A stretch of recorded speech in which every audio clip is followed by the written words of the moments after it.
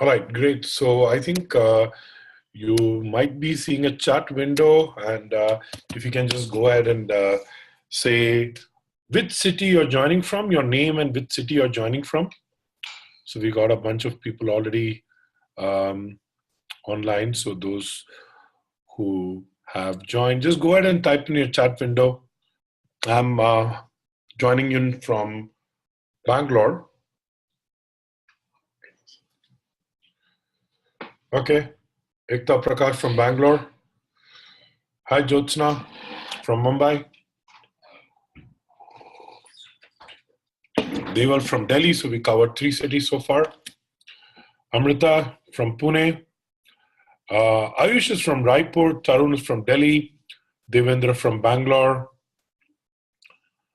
And I'm imagining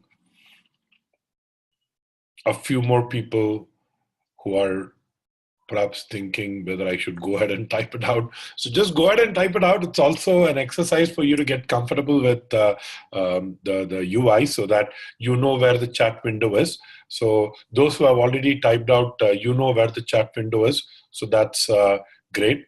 Tarun, we are not started yet, so please hold on. We'll be getting to some basic rules. I'll explain to you, and then you can start shooting. Just maybe a couple of more minutes for people to come in. And usually what happens is when people start, they realize, it's asking for some app, and you have to download that. So just a couple of minutes for that.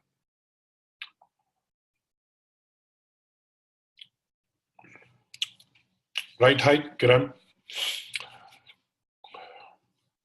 So let me not penalize those who have come on time, right, with those who haven't joined us. So let's get started straight away. So I'll be starting with some important resources. I'll be some introduction, some ground rules, all of it in the first 10 minutes or so. Post which I'll be telling you what are the parameters for selecting the right recommender, who can be a recommender, who cannot be a recommender. If your manager cannot be a recommender, then how do I choose who should be a recommender? So I'll be giving you some checklists. I'll be giving you some basic frameworks that you can use. I will also be talking about how to approach the recommender, what are the do's and don'ts as far as the recommender is concerned, as to what we can do. And I will be showing you a sample recommendation letter followed by a Q&A session if there are any questions left over. Okay, so that's going to be the agenda of what we have. If you stay with me till the end, I'm pretty sure as far as recommendation letters are concerned, we are going to be covering every little detail, because usually we don't have webinars on specific topics such as recommendation letters, but we have got a lot of students coming and telling us, that this seems to be a big issue. So let me just go ahead and ask you some kind of basic questions. So if you can just go ahead and respond to the questions over here. Just wanted to get a sense of where you are with your applications. How are you kind of going about it? And most importantly, have you selected your recommendation? Are you still thinking about it?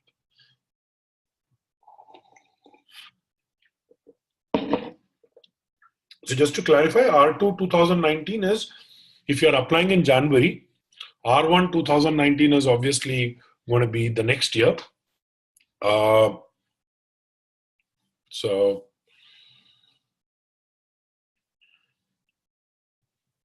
and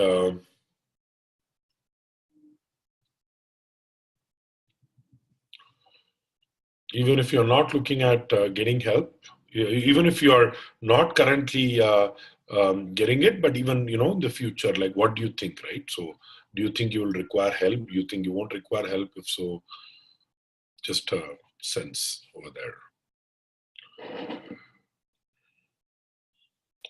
Yeah, just a few more people left.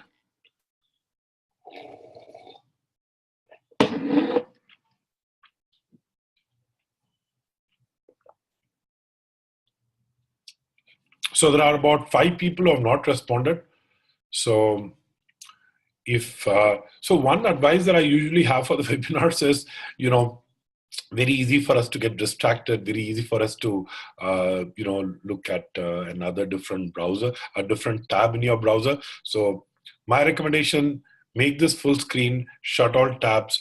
I assure you, over the next hour or so, you're going to get, you're going to be a expert when it comes to recommendation letters, right? So people are going to come and ask you, hey, how do I choose recommendation letters? So that's the level of depth at which we are going to be getting into, right? So great. So I see that there are, some people have not decided yet, but we have a half and half split between people who are applying for R1 and people who are probably going to be applying in the R2, that is in January, correct?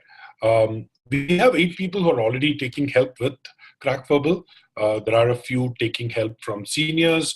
There is probably a few who have decided not to take any help. Just one person has decided or selected his recommender, his or her recommender. The rest of you are still thinking about it. Great. So that gives me an idea of where you are, correct? So just to kind of give you an idea, this is how it looks.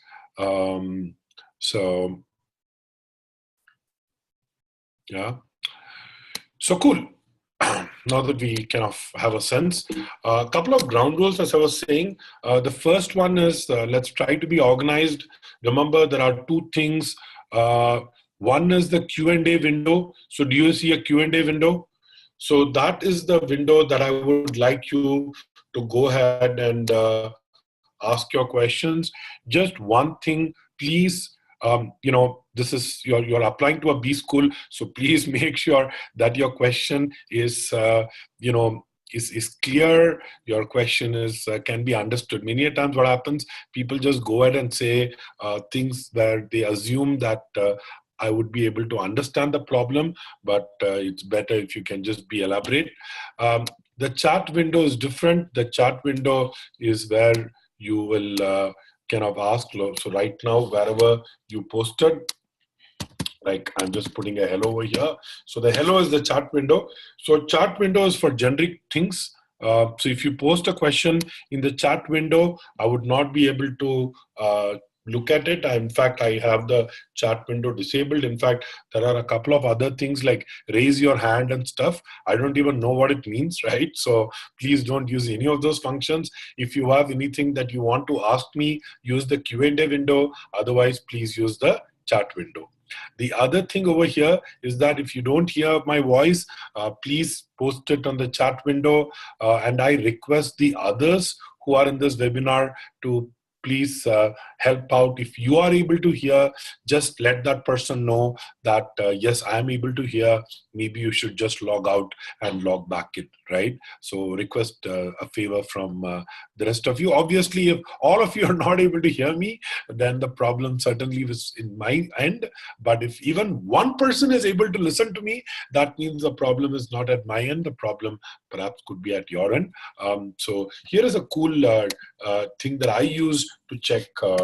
So just go to this. So fast.com, it's a service by Netflix. As you can imagine, it just looks like one of those things that Netflix probably gets asked a lot, which is I'm not able to connect to Netflix, right? So they created this website called fast.com. Unlike the speed test, that is what people usually use, speedtest.net.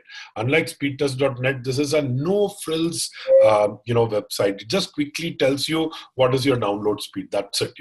No ping, no latency, no upload. It just tells you what's your download speed. So just check if the internet issue at your end is if there is an internet issue at your end. Correct?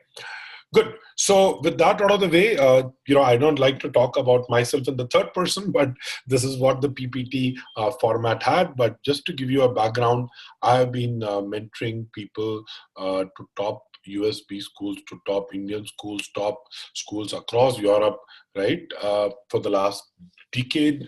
And, most of my experience, most of my knowledge is based on working with students, working with admission committee members. So we also have a lot of schools because they understand that someone like me works directly with students.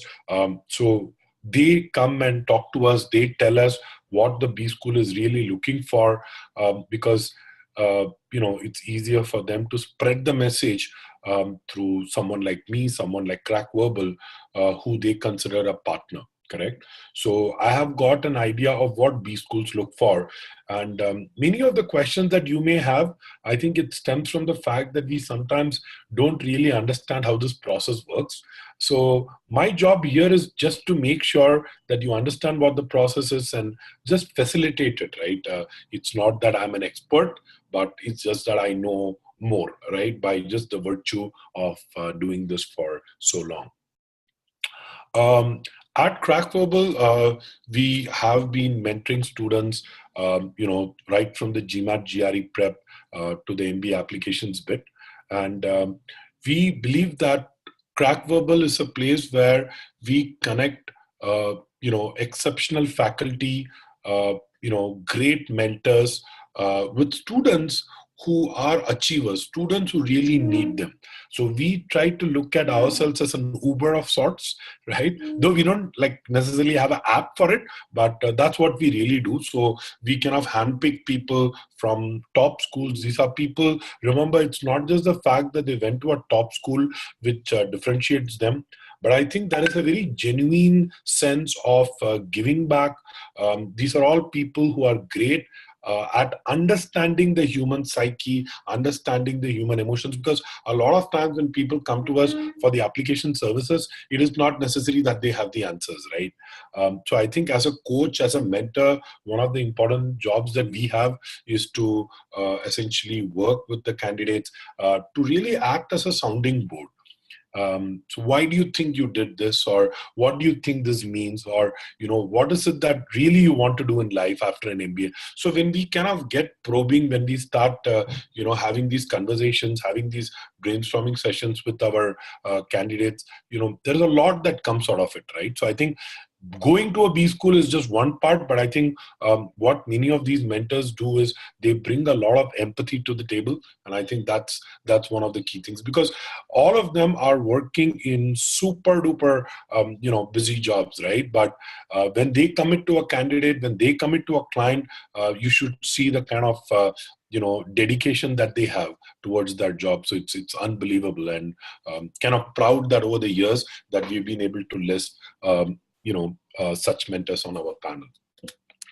Couple of free resources in case you don't know. I was very surprised that some of you don't know, so I just wanted to make sure you do that. I don't know if you know this, but almost every top 10, 20, 30 schools in the world, the MBA essays have been analyzed by me. So there is a 10-15 minute video. In case you have not seen it, just go to the CrackVerbal YouTube channel, go ahead and subscribe. Along with that, I have also given videos on things such as how to pick your B school, in fact, even recommendation letters. I have a short video. It's a couple of minute video that I have over here. So you'll find a lot of resources on the YouTube channel. Strongly recommend that you go over, subscribe to it, start looking at the videos in case you have not done so already. We also have a great set of ebooks where we have taken everything from applying to a B school to interview questions. In fact, there is a great PDF on interview questions that you might want to look at, right? So that's a bunch of things that we have on the website as far as ebooks are concerned, right? Again, you can go to applications.crackverbal.com, and that's where you would find most of it. We also have a free profile evaluation service where we give you a customized MBA profile report, and also follow it up with a call with our counselor who would be able to help you with your basic queries, right? So in case you are toying with this, you have a burning question in your mind about the recommender, something that maybe we are not able to cover in today's webinar, please head to the profile evaluation page. Sign up for it. In fact, it's like a bunch of questions that you need to answer. And once you do that, you'll get the PDF followed by the call that I was talking about. All right, so that's pretty much out of the way. Let's get to the first point. But before that, any questions based on what I just said right now? If you have, you can just go ahead and post it in the chat window.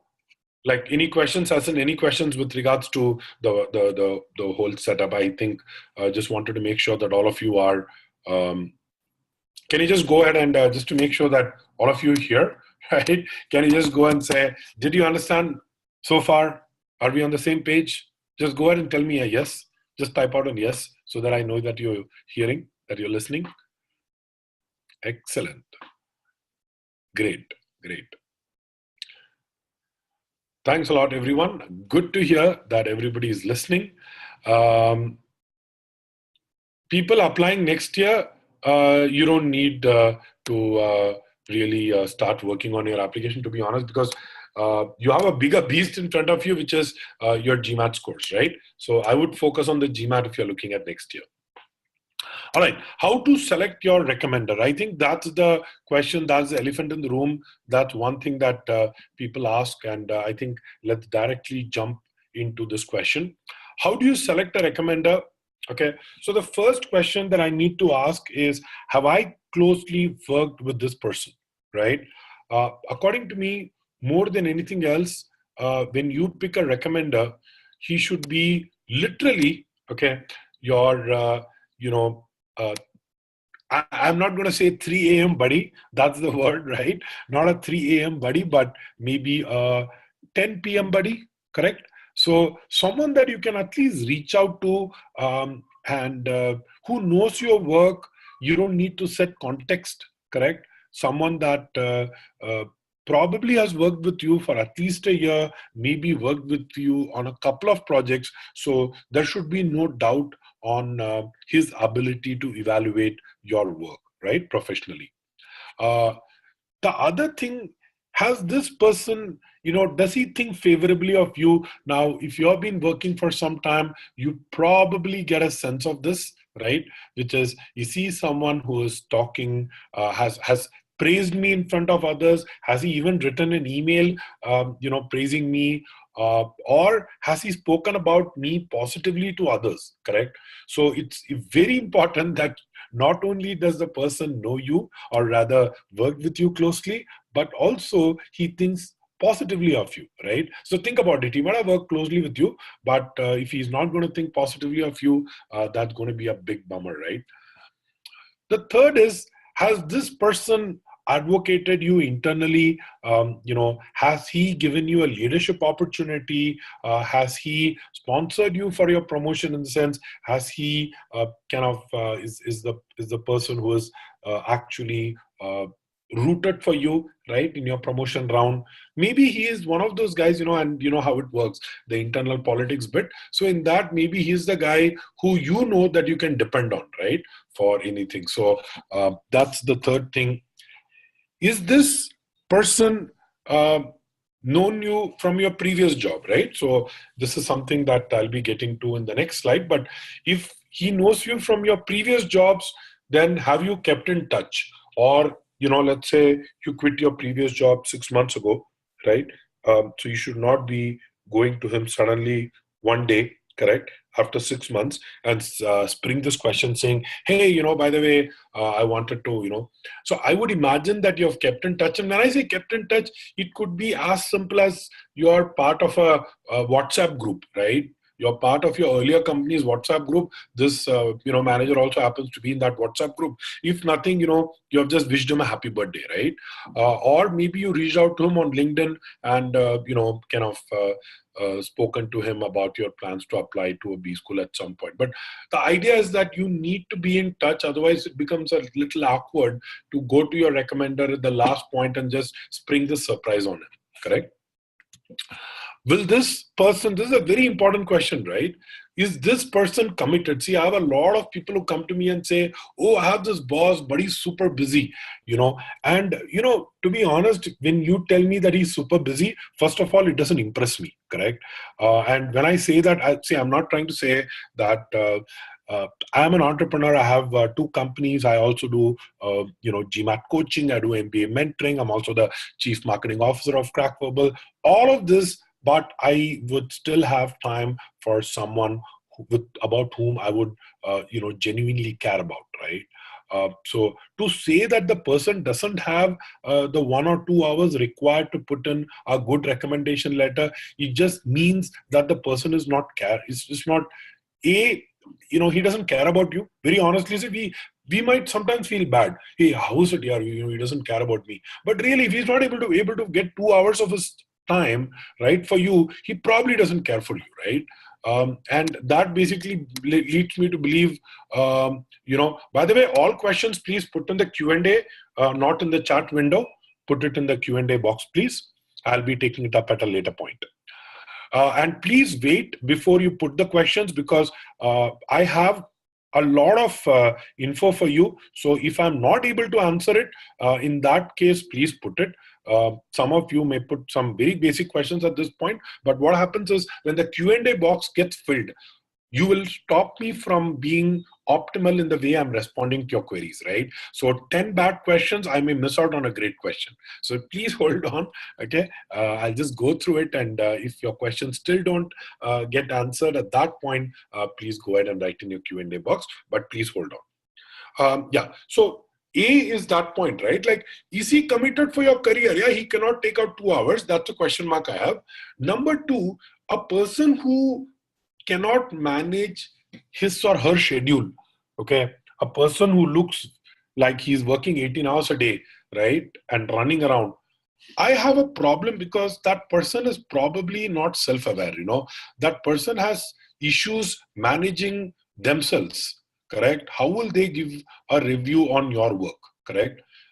So I would not think very highly of a person who's very busy. So, but it's an important question to ask, right? Like, if I were to give it to him, would this person be willing to commit that time, correct? And I say earlier said, why I said at 10 p.m. friend is because if you don't have the comfort with your manager that you can just WhatsApp him at 10 p.m. or call him at, like, let's say 8:30 p.m., right? And say, hey, I just wanted to let you know today is the last deadline, and have you already filled in the recommendation letter? If you're not comfortable enough making that call, you probably have selected the wrong recommender. Will this person complete your recommendation letter by the deadline? Maybe he is out on vacation, right? For example, if you're looking at R2 next year, and if your deadline is going to be, let's say, Jan 15th, right? That is R3 announced by ISB. But your recommender is going to be out on vacation till Jan 10th, correct? Then, make sure that you've spoken to your recommender. If it is going to be a Jan 2nd deadline, and let's say your recommender has already left, correct, for his vacation, then maybe it doesn't make sense for you to go ahead and, ask him for his recommendation. Maybe you're better off choosing someone else, right? So that's one part that I wanted to talk about with regards to how to select your recommender. Now, a usual thing that will come along with this, and this is something that people don't usually consider, but can the recommender write well? Okay, especially in an Indian context, I think this becomes more important, right? Is this a guy who will be able to write, in a way that suit? Because he may know you, he may have worked very closely with you, he may be your internal advocate, he may be willing to put in the time. But just imagine, the question says, what are the strengths of this candidate? And he ends up writing, oh, he's a hard worker, right? Or oh, he's very sincere. You don't want something which is, as bland as that, right? You want a little more flavor to the answers. You want a little more panache to it. You want someone who can, really, really write well. And especially in Indian context, I think sometimes, when you have technical roles, it becomes a challenge. But I just wanted to put it out there saying that, can you consider this to be a parameter, correct? Whether you get someone who completes all of these 7, someone who completes, let's say, 4 out of these 7, that's a judgment call that you might need to take, right? All right, so let's get to the second part. When your manager cannot be your recommender, correct? When can he not be a recommender? Because I think it's important for also us to know what are the things that we have to start out. So typically the cases that I've had is the person started a new job. Let's say he started the job in July, correct? So the recommender has known him for only 3 months. Maybe out of the 3 months, the first 2 months, the project did not start, correct? So really there is a very faint idea what this guy is, but your recommender may not be in the best position to give you a recommendation letter. The second, you choose not to tell your supervisor about your MBA plan. If that is the case, then again, picking your current manager could be a challenge. What I usually tell students is, if you do have a situation where your current manager cannot be your recommender, try to pick someone in the dotted line of reporting. Let's say that you're a team lead. Try to pick someone who's a manager, but he may not have directly managed you, but in some sense, let's say you're in a dev team and that guy is the QA manager, correct? Just to give you an example. So those are the kind of things that you probably want to consider, but that's the second case where it cannot be a recommender. The third, you know that this guy doesn't speak well. He's just the guy who doesn't have the commitment, what we looked at in the previous slide, right? Doesn't have the commitment, may not be your champion within the company, may not be able to write well. All of these are good enough reasons for you not to pick your current manager as your recommender. The fourth, and this is something that I have felt, talking to some applicants, they say that, if I go and tell my manager, right, I don't think he's, we have got a big project. I'm part of this project. I was recently given additional responsibilities. If I'm going to go and tell my manager that I'm looking at applying to a B school, and if, I'm going to be quitting the company potentially next year, the manager may actually write something that is not favorable, right? The manager may try to sabotage my application by writing something, because in his mind, he doesn't want to let you go, correct? So if you feel that might be true in your case, your manager cannot be a recommender. And this is one thing that I've faced in many students. They come and say, Arun, I've been an entrepreneur, I've been self-employed, I'm a freelancer, I really don't have a manager, in which case, obviously, picking a client, picking a vendor, picking someone with whom you have had a professional relationship to give your recommendation would be the best choice. One thing over here, schools typically discourage getting a recommendation letter from your co-founder for a very obvious reason, that your co-founder is not really your colleague. I think a lot of times a co-founder ends up becoming more of a friend, right? When you work very closely in a startup. So I think co-founder recommendations not recommended, but someone who could be a client or a vendor, correct? But yeah, it's this is one case where you don't get a recommendation letter.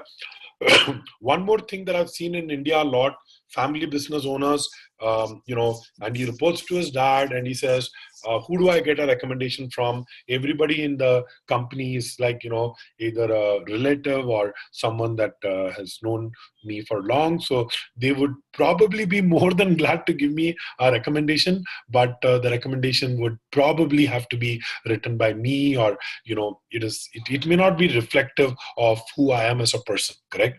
So whenever you feel that way, probably you need to go out and try to pick a different kind of recommender, right? So what I've suggested, for example, we had one person who worked for a family business, and he came and he said this. He said, look, my business is run by my father and my chachas, and he says everybody else knows me as the owner's son, so they obviously would be terrified to give me a recommendation letter.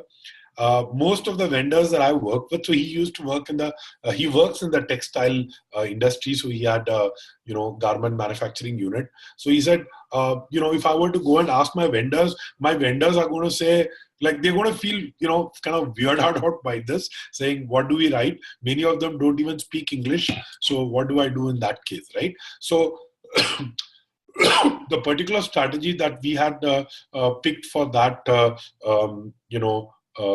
candidate was, he also used to be, a supplier for Madura Garments. So the procurement manager at Madura Garments was someone that he worked with very closely. So we actually decided to get a recommendation letter from the procurement manager of Madura Garments. So if you think about it, doesn't really fit into the conventional manager role. But I think that was the best that we could do. Just one thing, whenever you're picking someone who's not a direct manager, then you perhaps need to answer why you're not picking him using the optional essay. So the optional essay gives you space to address things like this. So I would recommend you use the optional essay for that, right?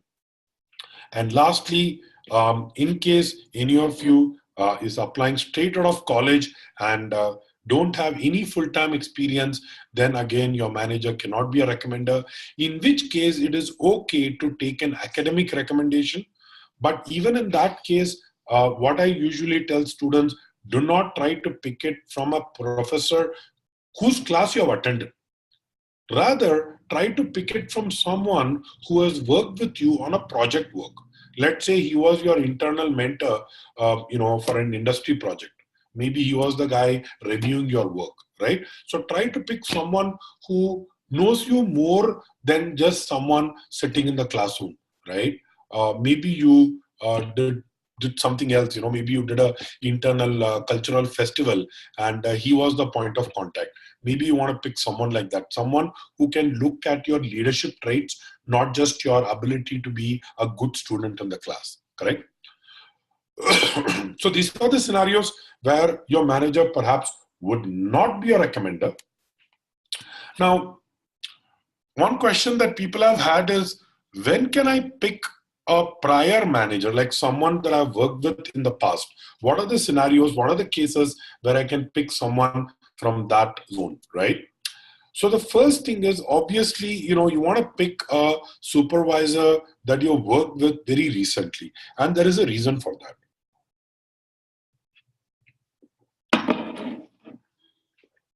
See, the whole idea behind a recommendation letter, or for that matter, an application itself, right, is they want to know who you are today, right? Who you are at this point, okay? And, when you look at it from that perspective, getting a recommender who worked with you, let's say 2 or 3 years ago, what is it that he is going to provide? He is going to provide you with an accurate picture of who you were 3 years ago, who you were 2 years ago, not who you are today, correct? So I think that is where the recency factor plays a huge role. When you want to pick a manager that you worked with in the past, make sure that it is not more than a year, right? That is my thumb rule. Obviously, if you come and say 13 months, or if you come and say 11 months, I mean, these are all subjective things, but as a thumb rule, you can pick 1 year. If you want to pick, if you have not worked for your prior supervisor for more than a year, but let us say you've been in touch with him, correct? Let us say you have sought career advice. So I'll just give an example. So at some point in my career, I had made a switch, and my previous manager, correct, he was a very nice guy, right? So, in some sense, he felt he was responsible for, like, he always used to question, like, what could I have done differently to retain Arun, correct? So in his mind, he thought I left because of him, which is wrong. I left for my own personal reasons. So he used to kind of be in touch with me, and he, became a mentor, a guide. Like in the new workplace, I would tell him that, hey, my manager, told me that I should, probably work with other teams. And then he would come and say, oh, why he's saying this? Because I saw that potential in you, right? And that is what I would have said, in your current company. So, we were in touch, talking on and off over the phone. But, even that could be a good enough reason for you to pick someone who was your prior manager. You worked with your prior supervisor for a long time. So typically what happens is, so I've had someone who worked in one company for 6 years and had the same manager for the 6 years of their tenure, correct? And he had recently quit his job, and he had joined a new company, I think about a year ago. But he said, my prior manager literally saw me from this fresher who had come, through campus placements, and who eventually saw me as a team lead. He saw me grow in the company, and I feel he is the apt person to reflect on my managerial capabilities. And I said, perfect, makes sense. Just go ahead and pick him for your recommender. Next point, your previous recommender, your prior supervisor has an MBA from that particular school. And let's say, again, we are looking at it all from the recency factor, right? So again, the first 2 points would still work, okay? Which means he probably is someone who you've worked with for a long time, or someone, in less than a year. If he has an MBA from that particular school, or he has an MBA from a top school, and a lot of times the B school recommendation, when they know that someone who's been to, let's say you're applying to ISB and this person is an alum from ISB, right?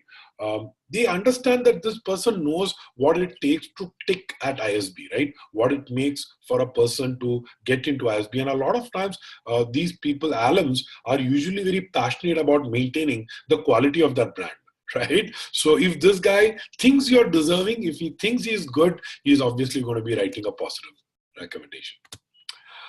Your work for your previous supervisor in a role that has a direct relevance to your future career goals. So I'll give an example. So one of my students, he was in a product development team, but he ended up working with a product manager. So he used to work very closely with the product manager for his team. And then he kind of moved to a different team within the company, which was more of professional services, consulting kind of thing. So he was kind of off touch with the product manager, but his post-MBA goal was really product management. So he actually said, instead of getting it from my current supervisor, let me just go to the other, the product manager who I used to work with, because I want to be a product manager eventually. And this guy, being a product manager, can evaluate me in terms of the overall career goals that I have. Right? So that was one of the reasons. So you could probably pick a prior manager based on that, correct? So this is as far as picking recommendation letters are concerned. Do you have any questions? And if so, you can just go ahead and write it in the Q&A box. And if you have any general comment to make, you can go ahead and... So Sagar, I just answered that, yeah. A client recommendation can be considered. So anything specific that you would like to know? But yeah, it can be considered, right?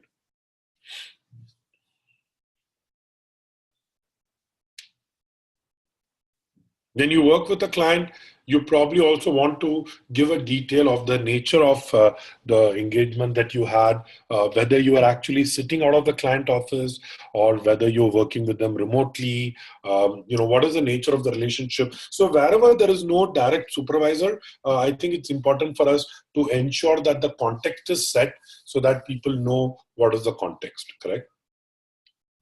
All right, cool. So no questions. I'm glad if all of it is clear to you. Okay, so let me just move on. How do you approach your recommenders? How do you broach the topic? How do you get them to be on your side, so to speak, right? Now, before I get there, I'm just going to give you some typical recommendation letter questions. So these are questions that typically, so they may have a objective grid, which is like, how well do you know this applicant? And they will give various factors like leadership, teamwork, interpersonal skills, integrity, communication, and they have to rate them. Bottom 25%, 25 to 50%, 50 to 75%, top 10%, top 1%. Correct? So that's like 5 or 6 columns that they have. But apart from that, they also have some questions to which you need to respond. So let's look at the first one. Please provide a brief description of your interaction with the applicant, right? So important over here that the background, the context is established. What project did you work on? What was your specific role in that project? How did he get an opportunity to manage? What were the communication systems in place? Maybe it was through email. Maybe it was that you are a week.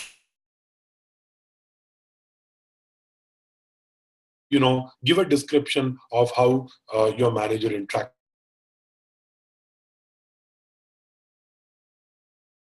of other well-qualified individuals in similar roles. Now, it's important for us to understand that this is nothing but a thinly wielded strengths essay, right? So I'm assuming that your recommender is not going to say, how does he compare? He doesn't compare very favorably, correct? The answer is he compares very well, in the sense I rate him better than others, in which case you need to talk about the specific traits. I think a couple of points over here. The first is people tend to write a lot of good things, right? When they see 500 words, they go berserk, right? So they will say he's hardworking, he's sincere, he's smart, he's able to show results, he's diligent, he's perseverant, he is emotionally stable, he is good team worker, and they just give a laundry load of adjectives to describe you.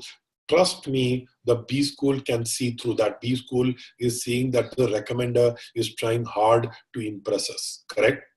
So, you probably need to pick just 2 or 3 qualities. I would just say pick 2 or 3 qualities, more than enough, okay, for you to highlight, right? So one thing that I tell students, even when they write the application story, is think of yourself as a movie hero, correct? If you think about it, a movie hero, they will always focus on just 1 or 2 things about that person, correct? So for example, let's say you're Jason Bourne, right? From Bourne Identity. The entire movie focuses on just him trying to figure out where the hell he has come in life now that he has lost memory. You're Bajrangi Bhaijaan, you're Salman Khan. The entire movie focuses on you returning the back to Pakistan. They are not showing, by the way, Bajrangi Bhaijaan sleeps, whether he has a product. They are not going to give you all of these extra data, correct? So it's important that we focus on just 1, 2 to 3 qualities, not more than that. And I will be talking about this a little later. Be very specific, right? So you can't just say he has high integrity and lead it to the reader's imagination to figure out what that high integrity is going to be, right? So I'll be talking about that in the later slide, but just keep that in mind. And describe the most important piece of constructive criticism. By the way, these 3 questions are from the ISB recommendation letters. So in case you're applying to ISB, this is what your manager is going to see. But for most schools, this is pretty much the format they have. How do you know the candidate? Something positive about the candidate? Have you given any kind of feedback? Which, in other words, when someone gives you a constructive feedback? When you have failed or when there is some kind of a shortcoming. So what happened is, till a couple of years ago, they used to have this question very explicit, right? Tell me a shortcoming. But then they realized that most people used to balk at it, right? Like, I'm writing this guy a nice recommendation letter. Uske baare mein I don't want to write something bad, right? So recommenders would stop, giving very honest. But when they changed the question to this way, important piece of constructive feedback, they found that a lot of recommenders were encouraged to write about it. So this is nothing but a weakness, right? So you want to probably think about one weakness. I would not pick 2 or 3 weaknesses. I would probably pick just one weakness. In fact, even the question says the most important piece, which means we need to pick just one. So you also, again, similar to what you have to back it with data, correct? So you need to make sure that you're also telling how you are going to be, how you worked on that feedback. So they're also looking at not just the fact that they gave the feedback, but did this person, was he receptive to that feedback, correct?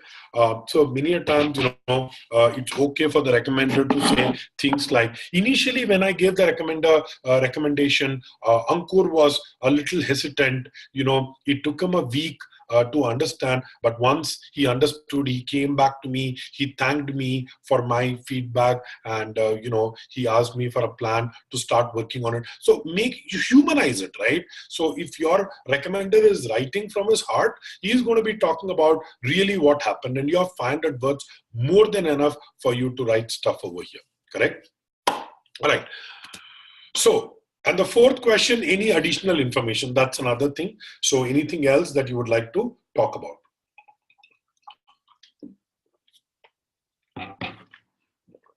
Again, I'll be giving some examples of what we could potentially put over here. All right. How do you really approach the recommender? See, if you have not already done so, right, I think it's high time to reach out to the recommenders. If you're applying for, the January intake, then you're already cutting it too close. But if you're applying sometime next year, reach out to your recommender. And I believe always take out that person for lunch. If you have a better rapport, you can probably take that person out for a drink. You could just have a very casual conversation with that person. If not, take him to your cafeteria, take him to a coffee shop, right? So don't overthink it, but try to take that person outside the work environment. Because what happens when you are in the work environment, your boss, the way he thinks will be very different. I don't know if you've noticed it. Have you noticed when your boss is not in the office, he behaves very differently? But when he's in the office, he's a changed man. Because I think somewhere the office environment forces the manager to think in a particular way, correct? So I would suggest, instead of doing that, just go ahead and try to talk to your recommenders in an informal setting. Tell them, that, look, I've been contemplating about doing an MBA. What is your opinion? You can even say that, look, I aspire to be someone like you, but I just feel that I need an MBA degree to get there, right? What is your advice? Don't tell him anything else, right? First meeting, don't overwhelm him, right? Just ask him that. And most cases, what you'll realize is that your manager or your supervisor, to a large extent, he's a human at the end of the day, right? And as humans, one quality that most of us have is this quality of trying to help others. If because of you, someone can be helped.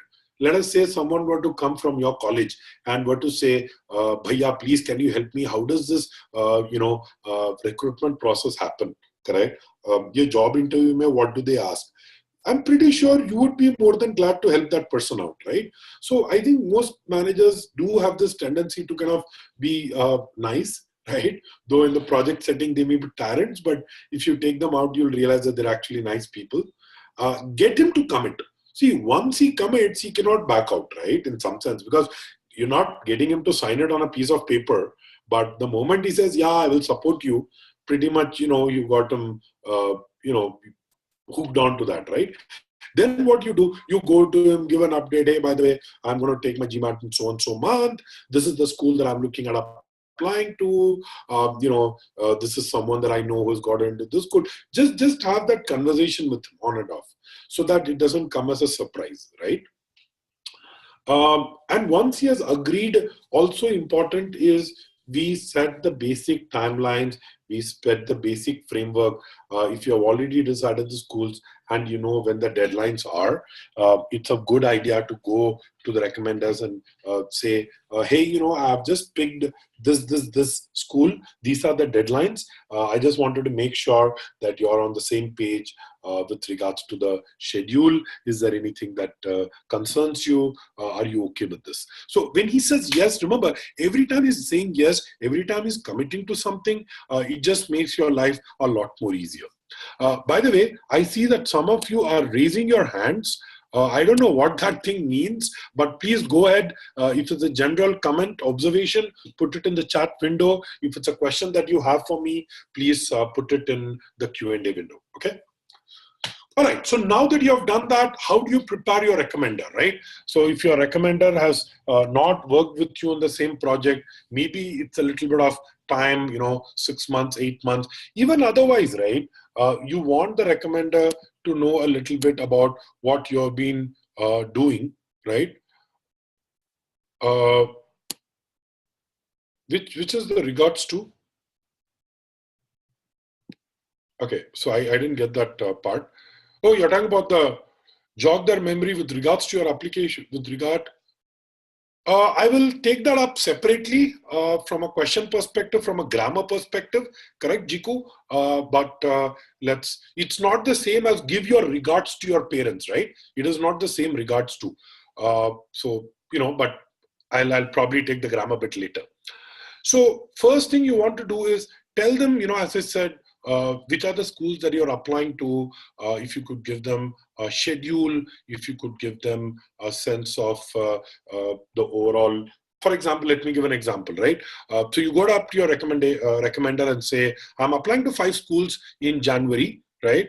So I think if you are free and, you know, maybe the holiday season is the best time for us to kind of work on this, right? So would you be willing to spend some time during the Christmas holiday break to help me with the recommendation, right? So something like that. Maybe you can share your post-MBA goals with them.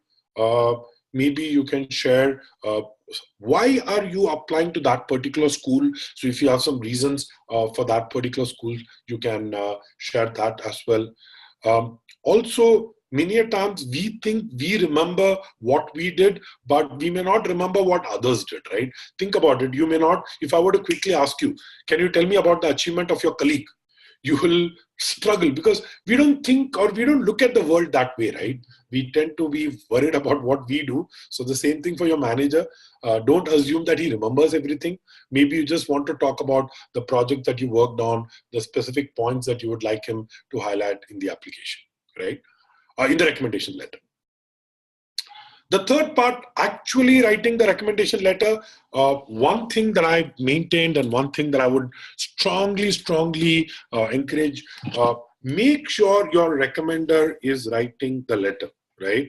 If your recommender is not writing the letter, you know, it's, you know, if you write your recommendation letter, it will come through, right?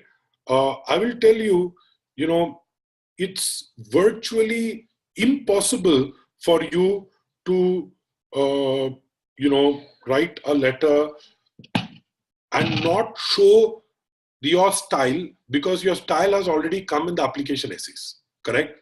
So, you know, if I were to look at an essay and if I were to look at a recommendation letter, I would be able to tell there are just these, you know, small heuristics, right? These small patterns that I recognize, some phrases that are used, certain expressions that you would be, you know, using. So do not write your recommendation letters, okay? I just want to make sure that I'm absolutely clear on that. Push your recommender to write. In fact, tell him, look, I'll give you points, right? You just have to convert these points to sentences, right? How hard can it be? As I said earlier on, right? When you're picking the recommender, make sure that you have a recommender who is committed to you, right? You don't want a recommender who you feel obliged. Titles don't matter, right? One myth that people have is higher up the order, the better it is. Incorrect. I want a recommender who can write well, who knows me well. And finally, just because you have told them and they are writing the recommendation letter, please don't forget, okay? Make sure that you gently follow up, maybe through a WhatsApp, put a nice smiley. Hey, just wanted to know, I'm getting a little stressed, have you, filled in the recommendation letter? Smiley, correct? And once they have done that, maybe as a follow-up, you could probably just write them a thank you note. I think that's something that as an Indian culture, we don't follow a lot. But writing a simple thank you note, maybe even giving them a bottle of wine, right? As a token of appreciation, correct? After you're done, right? I'm just giving an example, right? Whatever is like, maybe you have a lady manager and you don't want to give her wine, that's okay, right? But just try to give like a small token of appreciation. Maybe it is just chocolates, maybe it's just flowers, whatever you think is appropriate along with the card. I think that's something that you need to probably take into mind as well. All right. So that's as far as the process is concerned. A couple of points for the recommenders, right? This is for the recommenders, okay? So one thing with regards to the recommenders is, tell them that, I don't want that you copy paste the same thing. Yes, you can borrow, but many a times what happens in recommendation letters is there is a difference between when someone writes it for a particular school, let's say the way in which it is worded. For example, the earlier question that I showed you, it said the most important piece of constructive feedback. Now, when it says the most important, we know that we are talking about only one, correct? But the question could actually be worded differently, right? The question could be, how did the applicant react when you gave him constructive feedback? Now, in that question, what happens, instead of focusing on just the feedback, you also want to focus on how he reacted, right?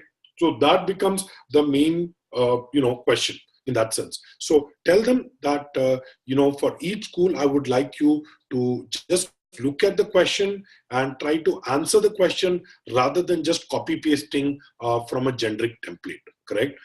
That's the first thing. Second, as I told you already, not a good idea for you to write the recommendation letter on your own. Make sure the recommender does that. One more thing with regards to the grid, okay? The grid where I told you, right, bottom 25%, 25 to 50%, 50 to 75%, top 10%, top 1%. The other thing that I've seen with recommenders is they feel obliged to give you a top 1% across all the parameters. So there are 10 parameters, right? Leadership, interpersonal skills, as I told you, communication, empathy, integrity, so on. And this guy says top 1%, top 1%. If he's going to give you a top 1% across all the parameters, it doesn't say positively about you. It actually says negatively about the recommender, correct? So just tell the recommender that please don't go overboard in trying to, just give me a top rating in every parameter. Be honest, if you think that I really was in the top 10%, I was in the top 25%, on a particular category, let's say interpersonal skills, I'm in the top 25. It's okay. Just tell that, right? I mean, the B school is not going to reject you based on one parameter that your recommender scored you on, correct? There is also some kind of background required for the recommender. So make sure that the recommender is giving his details. So these are usually asked when the recommender clicks on the link. There will be some space for him to say things like what is his background, what is the position that he has, what are his roles and responsibilities. So make sure that your recommender is filling out those correctly. Again, I have seen recommenders not filling out the weakness questions correctly. So if you tell me that there is no weakness, I actually found a weakness there. Your inability to know what your weaknesses are is actually a very big weakness that you have, correct? So, your recommender, he should not just go and say, oh, by the way, his weakness was he was not able to manage time. But, from the time I've given this feedback, he has just changed overnight and now he's always on time. Everything happens as per plan and there is no problem at all. If there is no problem at all, it stops being your weakness, right? So don't try to tell that, oh, it was a weakness in the past, but no longer a weakness, right? That's a bad strategy to have. So it's okay to talk about the weakness. And I think sometimes, your biggest strength can also be your biggest weakness, right? For example, he says you're a very passionate person, right? Any project that comes, you have a high sense of ownership, and you're very dedicated. If that is your positive, guess what your negative is going to be? Your negative will be you're very emotional. When things don't go your way, you probably get flustered, correct? So that's a very normal weakness to have, because if you're very passionate, then these are things that you will typically face, right? So I don't think there is anything wrong in showing a weakness. I've said this earlier, but just touched upon it. So he cannot write anything without substantiating it. Okay. All the traits that he's talking about, he has to substantiate it by giving a very clear example. So in this particular project, correct, he led by example, thing that was not in his area of concern, he still got involved in it. He rolled up his sleeves, got the job done. That is why I tell that he has great leadership skills, right? It's not that I'm just making up that statement, but that is a good, tangible, thing that I can use to substantiate my claim, right? So make sure that everything is backed by examples. If he's not giving examples, perhaps it's a bad recommendation letter, straight off, right? Also, remember, tell your recommender one thing. Tell him that, look, I'm going to be compared with everyone else who's similar to me. So if you are a chartered accountant working for a big four auditing firm, right, and your boss is telling you things that all chartered accountants in big four auditing firms will do, right, it doesn't really help you, correct? Or you're a team lead in a software company, correct? You're a senior software developer. If he's going to talk about all the things that a team lead or a senior software developer is supposed to do, then really, you miss out on the point, right? So try to tell him that, look, everyone else who's going to compete with me would be doing things that are very similar. So rather than focusing on the routine stuff, can you give them something extra? Can you tell something, that is different from what anyone else in this role would have done, correct? And, one thing that I've seen managers balk from is, they just talk about the professional points, right? But I think along with the professional points, very important that we also talk about the personal things. I think that's equally important. For example, things like, let me give an example, right? Something like his sense of humor, correct? It's perfectly okay to say that, this is a person, he's always very lively. He brings a certain, level of energy into the room. And that's something that, I think is different, right? He always cracks jokes. Or I've seen that he's the guy who takes everyone else, post.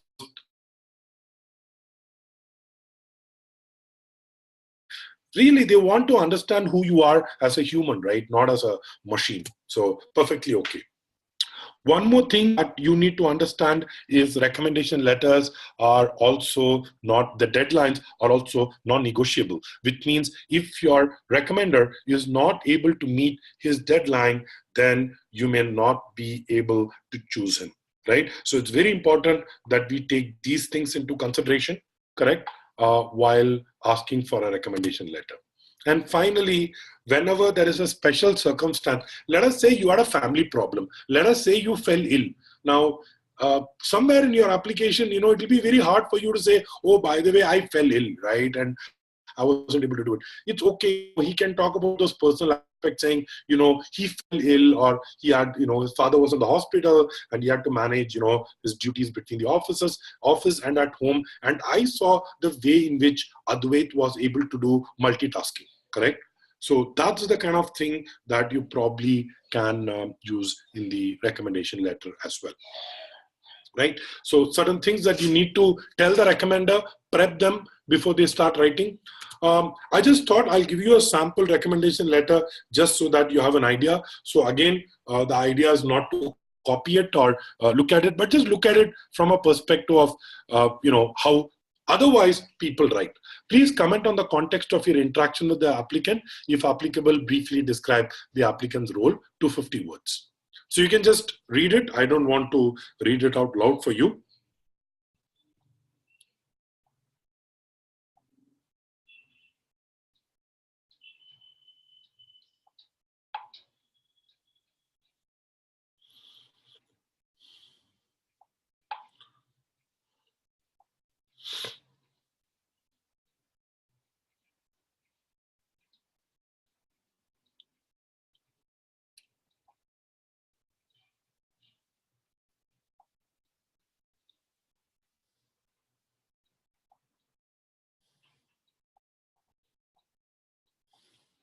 So a couple of things over here, if you realize, it is not just like a very bland statement saying, he reports to me, but it's something that is slightly more personal in that sense that it talks about.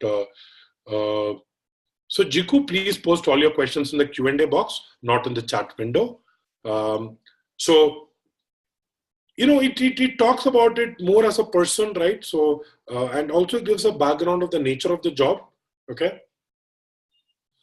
And it also says, look at the last line, I've gotten to know Sanjay well personally, but also professionally to the point that I feel absolute confidence tasking him with developing and leading key presentations to important clients, right? Small things, but that speaks volumes about how how the recommender knows you, correct?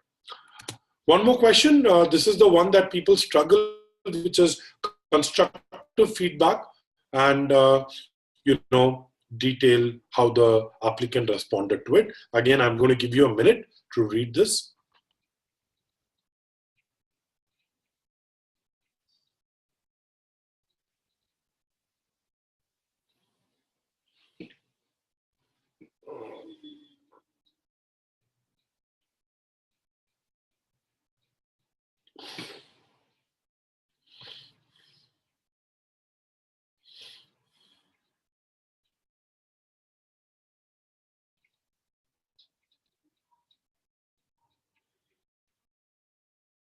So this is a classic case where, your manager and you go for a client meeting, you take up your laptop, start presenting, the presentation goes well. Suddenly someone from the client team asks you a question and you have no idea, how you should respond. You start looking at your manager, then your manager stands up and says, let me, answer this question, and he answers it on your behalf, right?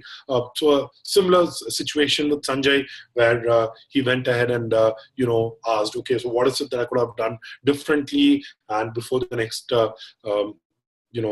presentation, he picked out certain things about, what they could potentially ask, right? So the pre-meeting with the boss. So this all shows the learnability quotient, the learnability fact. Not the fact that he made the mistake, but how did he learn from it? One last point, which is any additional comments?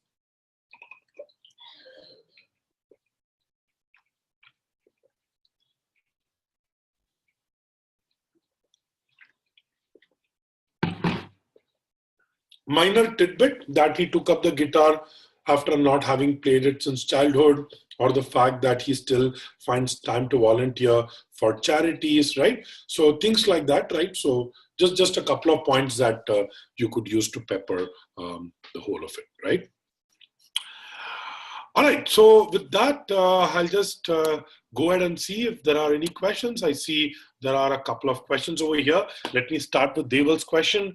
Recommendation can come from the same company, one from direct manager in UK, one senior based.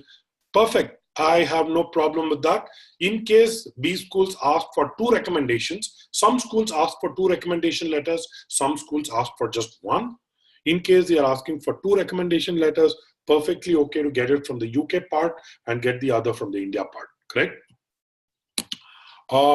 Yeah, so Jyotsna, I just answered that question. ISB requires 1, many schools require 1, but there are some schools that also require 2, but none of the schools that I know require 3, correct? So it's best to check with the school application process. Just log in and see how many recommenders are required. One more question that I've got is, can we take the reference from a person who is not just limited to a senior colleague, but also a mentor advisor from the time? Yeah, correct. See, the idea is that he's a senior, correct? Now, when he's a senior, you have him in a supervisory role. He may not be a manager, correct? But he's in a supervisory board. As I gave the example earlier, right? You're in the dev team, but the QA manager is someone who kind of gets to see your work, right? So someone who's in a supervisory role, and if he's a mentor, then definitely professional mentors that I'm also his buddy within the company, and I've given him, kind of advice on that. So definitely the answer is yes for that.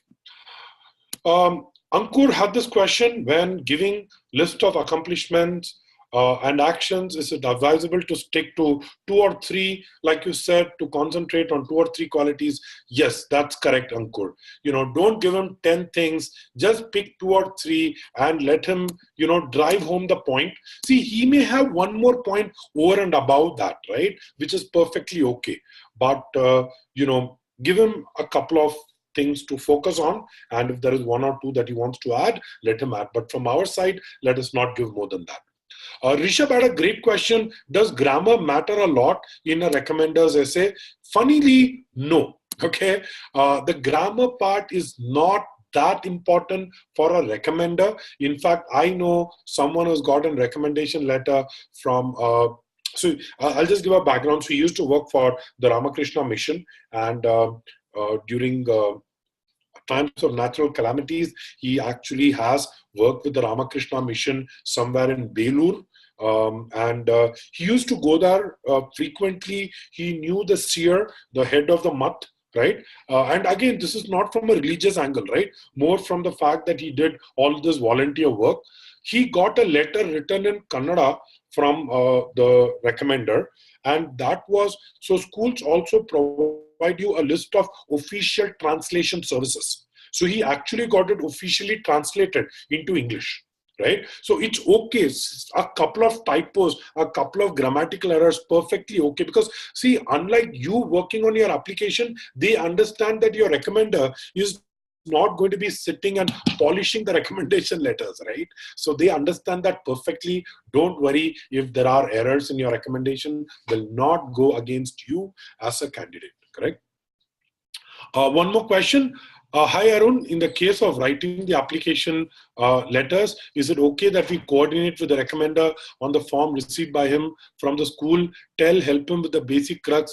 Feel free to give all the help to your recommender. Anything that you think will make his job easier, I would recommend that you do that, right? Just that you don't need to write, okay? So don't write, but if he needs anything, just like, for example, he says, hey, why don't you just come out of my place? Tell me, what does this mean, And it's very clear that he wants you to look over the application, because, see, your recommender may not have actually written other recommendation letters, right? So he's doing it for the first time in his life as well. So you also need to handhold him and give him the confidence, right? That, yeah, don't worry, this is not that hard. So you need to probably work with him on that. Jiku had this question, but what if the candidate has not done anything extraordinary? I work with EY where there is a broad organization set up, very little scope of leadership, only initiative. See, the whole idea is they are trying to look at you as a person, correct? Who is this person? Maybe there is something unique about you as a quality. See, it is not the nature of work, because nature of work is already addressed in your application form. The nature of work is already addressed in your CV. The nature of work is already addressed in some sense in your application essays, right? So it is not necessary that your recommendation letter also then talk about the nature of your work. Let's say that he gives a very simple example. He says, whenever there is a team party, I always notice that Jiku is the guy who always raises his hands, puts up his hands and says, yes, I will volunteer for it. And I think at a B school, since most of these committees are student run, he would be a great value addition. Now, a very simple point, but that's a unique point that you may not have addressed anywhere in your application that your recommender is able to bring, correct? So perfectly okay. Don't worry too much on that part. Pranay had this question, will it be fine to have one of the recommenders with whom I worked 4 years back, very much in touch? So very important that you, try to quantify the relationship, right? So yes, he was there 4 years ago, but he has continued to be my mentor. I have a meeting with him. I meet him regularly. I seek his advice. Very important that you do that. You actually establish the nature of your relationship. Number two, as I said earlier, please answer it in your optional essay. Why are you picking someone from 4 years ago? You need to write it in your optional essay. The penultimate question, I'm just going to answer the last two questions and then we will be done. What if I work as an analyst and also as a volunteer? Okay, you're working in a 9-to-5 job, okay? And every weekend you go as a volunteer. There is just one recommendation letter that you have. Please get it from your current organization, right? I would find it very odd that you are getting it from an NGO that you're volunteering for, but you cannot get it from your current manager. If you have 2 recommendation letters, then get one from your current company, get the other from the NGO that you're volunteering for, correct? So make sure that you understand that the NGO is good to give a different perspective, but they still want to know you in a professional scenario. If you have been spending most of your waking hours with your boss, just think about it. You go to office at 9:30 in the morning, you're there till 6:30, 5 days a week, sometimes 6 days a week, right? You're worked on difficult projects together. See, he has had a ringside view of your life over the last few years. He knows what happens to you when you have a bad mood. He knows what happens when someone confronts you, right? Do you become defensive? Do you understand the other person's issues? He knows you so well. So I think getting it from the current manager just makes so much sense if you have just one recommendation. But for 2, you may want to give them a different flavor. Last question. Hi, Arun. Can my recommender be someone who was a vendor for my previous startup, but after a year of working together, we ended up co-founding another startup? Again, I would say it's very tricky because he could be a friend, right? So as I said, right, please check with the school.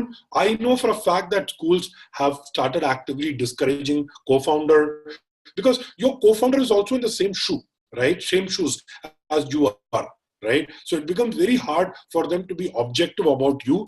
So I would suggest, though his past role was as something else, but currently, given that he's a co-founder with you, may not be the best person to help you with that, right? Great. Thanks a lot. I think it was a fantastic session. We started pretty much on time and we pretty much are also ending on time. If you have any questions, please reach out to whoever you're working with in CrackVerbal. So one thing that I tell students is, look, we work with thousands of students every year, right? Please use us, please email us, please reach out to whoever you're talking to in CrackVerbal. You will realize that we always have the time and patience to listen to you. Any questions with regards to your application process, specifically to recommenders that we did today, please let me know.